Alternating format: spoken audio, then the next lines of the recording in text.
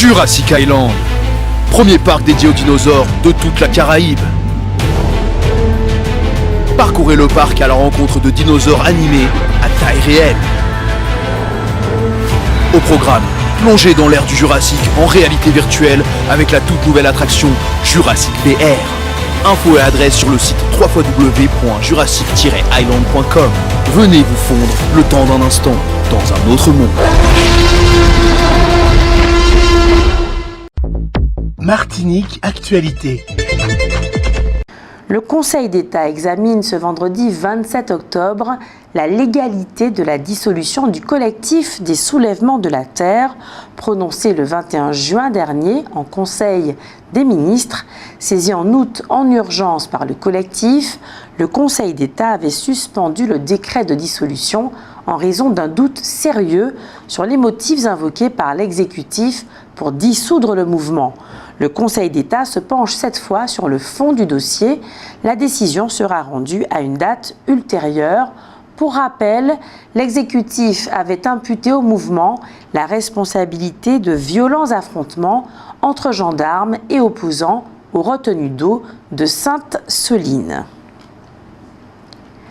624 personnes vivant dans la rue ou en structure d'hébergement provisoire sont décédées en 2022. Un décès sur 5 est dû à une mort violente, telle qu'une agression, un accident ou un suicide. Une mort sur 7 est causée par une maladie. La France compte environ 330 000 sans-abri. Les hommes décèdent en moyenne à 51 ans, les femmes à 46 ans. La ministre de l'Enseignement supérieur prévoit l'utilisation de 3200 logements étudiants pendant les Jeux olympiques.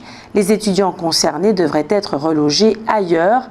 Ils recevraient une indemnité de 100 € et se verraient offrir 2 places pour assister à des épreuves olympiques. Bien entendu, ce projet suscite une vive polémique. Le magazine 60 millions de consommateurs dénonce la mauvaise qualité des repas servis en EHPAD au point de mettre en danger la santé des résidents. 30% d'entre eux sont en situation de dénutrition. Dans certains établissements, la nourriture est systématiquement mixée, même pour les personnes n'ayant pas de mal à s'alimenter.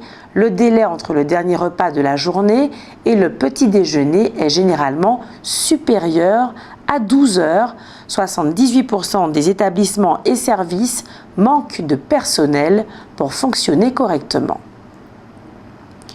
Le groupe EMRA, qui compte 47 EHPAD en France et plusieurs dizaines d'autres à l'étranger, est visé par une plainte déposée début octobre pour maltraitance et défaut de soins, une plainte étayée par plus d'une dizaine de témoignages.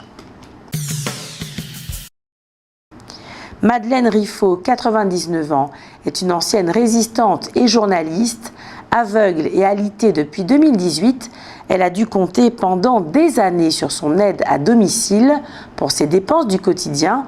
Celle-ci en aurait profité pour payer ses propres dépenses. Le préjudice s'élèverait à 140 038 €.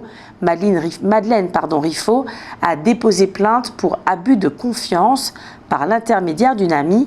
L'accusé risque une peine de 7 ans de prison et 750 000 € d'amende. L'ancienne résistante veut éveiller les consciences sur ce problème de société que sont les arnaques dans l'aide à domicile. Ce jeudi, la Cour d'appel de Versailles a examiné une nouvelle demande de mise en liberté du policier suspecté d'avoir tiré sur le jeune Naël le 27 juin dernier à Nanterre. Elle a décidé le maintien en détention provisoire. La Première ministre Elisabeth Borne a présenté ce jeudi 26 octobre un plan de mesures contre les violences urbaines. Parmi ces mesures, une multiplication par 5 de l'amende pour non-respect du couvre-feu instauré pendant la pandémie de Covid-19. De 135 €, elle passerait à 750 €. Elisabeth Borne a aussi évoqué un placement des jeunes délinquants de manière obligatoire dans des unités éducatives de la protection judiciaire de la jeunesse ou encore un encadrement des jeunes délinquants par des militaires qui pourront transmettre les valeurs de la discipline et de dépassement de soi. Ce jeudi, les agents de l'OFPRA ont fait grève pour dénoncer la politique du chiffre menée par le gouvernement. Ils pointent des délais d'examen trop restreints et un volume de dossiers trop important, empêchant les agents d'examiner correctement les demandes d'asile.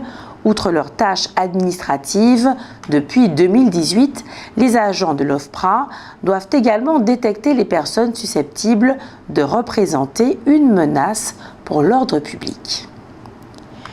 Le parquet de Nanterre requiert un procès devant le tribunal correctionnel pour l'ex-ministre Michel Alliot-Marie, accusé de prise illégale d'intérêt.